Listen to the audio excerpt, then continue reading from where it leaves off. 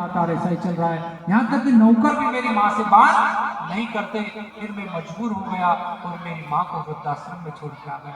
और जिस दिन से मेरी माँ को मेरे वृद्धाश्रम में छोड़ा, मैं बेचैन हो गया। इस संसार से मुझे विरक्ति हो गई, मुझे कोई काम नहीं करना है। और मैंने तय कर लिया कि जब मैं 8वीं में था, जब मेरे पिता शांत हो गए थे, तो मेरी माँ और हम रह लिए। तो अब मैं भी तलाक दे रहा हूँ और मैं भी उसी आश्रम में, वृद्धाश्रम में जाऊंगा जहाँ मेरी माँ रही है। ये प्रॉपर्टी के कागज है, ये मेरी बीवी बच्चों के नाम पर करके जा रहा हूँ और मैं भी आगे से मेरी माँ के साथ जा रहा हूँ। उस माँ को मैं नहीं छोड़ सकता हूँ जिस माँ ने मुझे इतना बड़ा आदमी बनाया।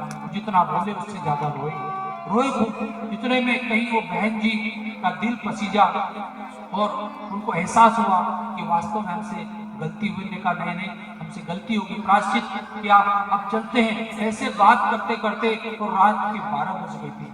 डीआईजी साहब ने कहा चलो वृद्धाश्रम में चलते हैं जहाँ आप माँ को छोड़ के आई। जज साहब जहाँ माँ को छोड़ के कुछ वृद्धाश्रम में गए तो वहाँ का जो गेट कीपर था वो गेट नहीं खोले। उन्होंने कहा क्या मालूम, तुम पढ़े लिखे लोगों का क्या भरोसा, तुम कुछ दबा दे के मार डालो अभी जेल में, यहाँ का वृद्धाश्रम छोड़ गए।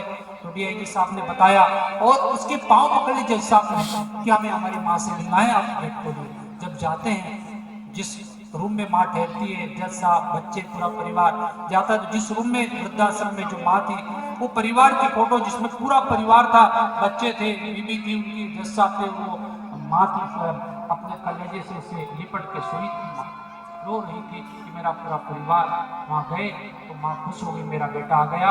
और उनकी माँ को इस प्रकार से लाए। और भाइयों बहनों, और ऐसे में इतनी देर में पड़ोस की वृद्धाश्रम की माता बहनें भी खड़ी हो गई कि शायद हमारा भी बेटा हमको कभी लेने आ जाए। इसलिए भाइयों बहनों, ऐसी परिस्थितियां बन गई कि बूढ़े माता पिता को कहते अपने रहते अपनी माँ की आंखों में आंसू नहीं आने चाहिए। माँ और पिता का बहुत बड़ा योगदान होता है हमको बड़ा करने में। तो कहीं बुढ़ापे में उनका सम्मान कमजोर न पड़ जाए, हम अभिमानी हो जाते, हम अहंकारी हो जाते, हम पैसे कमाते, हम कहते तुमको क्या आता है, तुम क्यों बकबक करा करते हो, ऐसे शब्द बोल के हम हमारे अतीत को चुनौती दे रहे। भाइयों बहनों, आने वाला कल यदि हमने माता पिता के साथ ऐसा किया तो आप नोट करके रख लीजिए, आपके बच्चे भी आपके साथ ऐसे ही करने वाले हैं। इसलिए हम माता पिता की सेवा करेंगे तो हमारे बच्चे भी अपनी सेवा करेंगे। इसलिए बूढ़े माता पिता हमारे घर की शान हुआ करती है, उनकी सेवा करना चाहिए। और इसी प्रकार घर स्वर्ग बन जाएगा। उनसे राय लेना चाहिए, बूढ़े लोगों से राय लेना चाहिए, उनके साथ बैठना चाहिए, सिंपैथी लेना चाहिए। हम हमारे ज्ञान, अभिमान और पैसे की चूर में ये कहते कि तुमको क्या आता है, उनको बहुत कुछ आता है। उनके पास जीवन का एक बहुत बड़ा अनुभव, एक्सपीरियंस है उनके पास।